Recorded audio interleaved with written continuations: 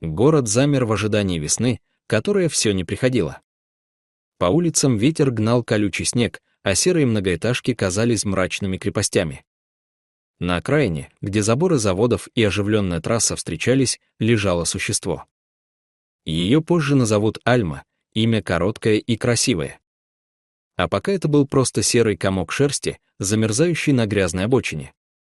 Удар случился внезапно и страшно. Тяжелая машина врезалась в хрупкое тело, отбросив его в канаву, будто мусор. Водитель даже не сбавил скорость. В мире больших скоростей смерть бездомной собаки считают мелочью, на которую не стоит обращать внимание. Альма не понимала, почему небо вдруг перевернулось и стало ледяным. Она не могла скулить, грудь словно сдавили железом. Каждый вздох был пыткой, внутри жгло огнем. Она только смотрела на серые облака, и ее глаза медленно закрывались, впуская темноту. Денис спешил на работу. Шел привычный дорогой, думая о годовом отчете и сломанном кране на кухне. Он почти прошел мимо, но краем глаза заметил какое-то движение. Собака не шевелилась, но пар от ее дыхания, слабый, еле видный, вырывался из пасти ровными толчками. Мужчина остановился. Что-то в этой тихой покорности смерти сжало сердце. Он подошел и увидел глаза, большие, янтарные, полные такой жуткой тоски и боли. Денис не был спасателем, он боялся бродячих собак, но в тот миг просто не смог уйти. Денис присел на корточки, снял шарф и укрыл ее. «Потерпи, малышка», — прошептал он, доставая телефон. Голос волонтера в трубке звучал устало, но твердо. Денис объяснил, что случилось, скинул место на карте и остался ждать. Было очень холодно. Ветер продувал насквозь.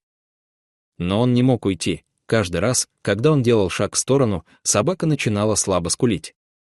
Денис вернулся и стоял над ней, как живой забор. Он простоял так почти час, закрывая Альму от ветра своим пальто, пока к обочине не подъехала старая Нива с наклейкой приюта на стекле.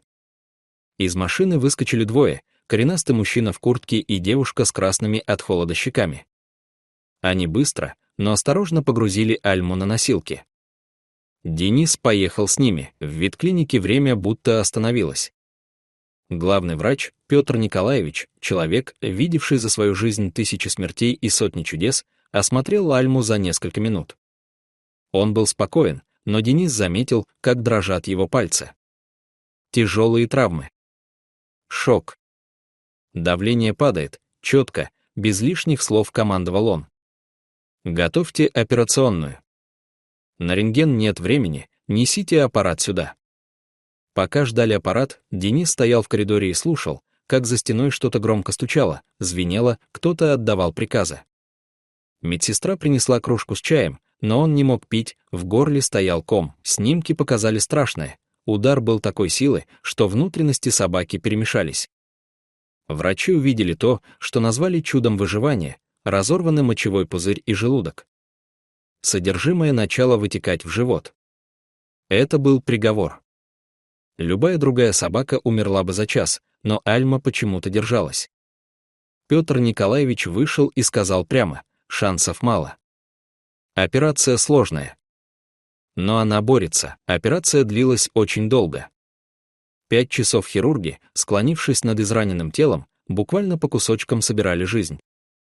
Денис сидел в коридоре на жестком стуле и смотрел на дверь с красной лампочкой. Время тянулось бесконечно. Каждый шов на желудке требовал ювелирной точности, ткани были больные и тонкие, как папиросная бумага. Разрыв мочевого пузыря грозил заражением крови. В какой-то момент монитор издал ровный, долгий звук, сердце Альмы остановилось. Денис услышал этот звук даже через дверь. В операционной стало тихо. Он замер. А потом раздался голос Петра Николаевича: адреналин. Разряд. Тело собаки дернулось. Еще раз. И еще. И вдруг слабый, неуверенный пик на мониторе. Она вернулась. Денис выдохнул так, будто не дышал все эти минуты. После операции Альма долго не приходила в себя. Она была в пограничном состоянии, которое врачи называют серой зоной. Организм так ослаб, что любая попытка очнуться могла стать смертельной. Волонтеры дежурили в клинике по очереди. Катя, молодая девушка с добрыми глазами, сидела у ее клетки часами.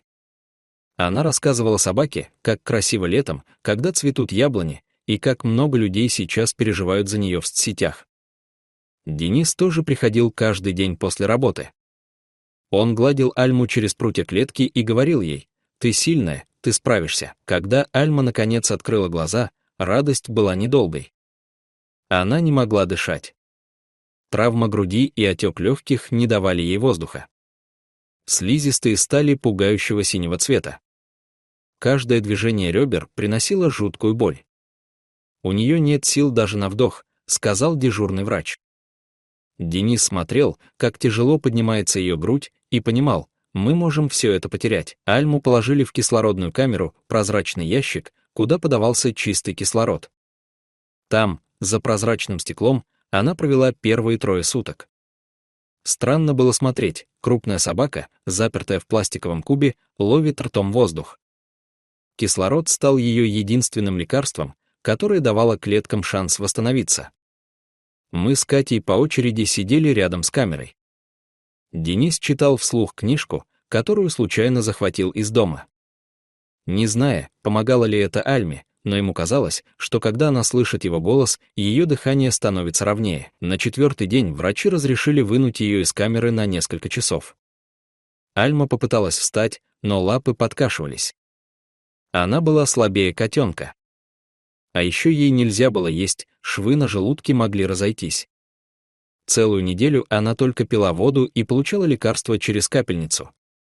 Он видел, как она смотрит на миски с едой у соседних клеток и облизывается.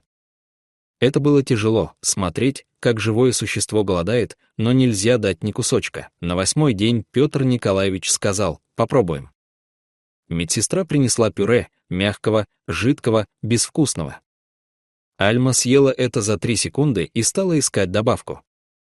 Все засмеялись, впервые за эти дни. Желудок выдержал. Значит, все получалось. Когда Альму выписали, она весила в 2 раза меньше, чем должна была. Сквозь шерсть просвечивали ребра. Задние лапы еще плохо слушались, видно, повредила их при ударе. Но она могла сидеть и даже делала несколько шагов. Волонтеры нашли для нее дом, женщину по имени Наталья. У Натальи был свой дом с большим двором, и она уже много лет забирала к себе самых тяжелых животных. Денис отвез Альму к ней. Реабилитация заняла месяцы. Каждую неделю он приезжал и смотрел, как Альма учится ходить заново. Сначала она просто лежала на подстилке и наблюдала за двором. Потом начала ползать. Потом вставать на дрожащие лапы.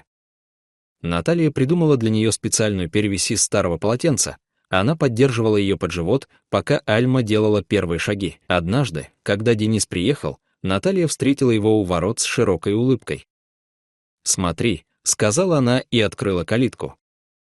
Альма стояла посреди двора. А потом рванула. Она увидела воробья на ветке и помчалась за ним. Не хромая, не падая. Просто бежала, как когда-то, до той страшной ночи на трассе.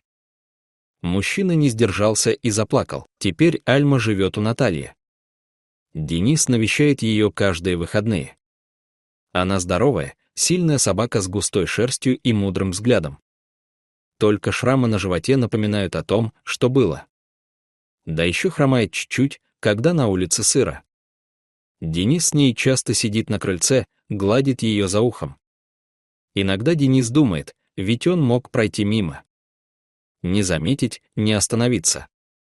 И тогда ничего бы не было, ни этой собаки, ни того чуда, которое произошло. Альма живет.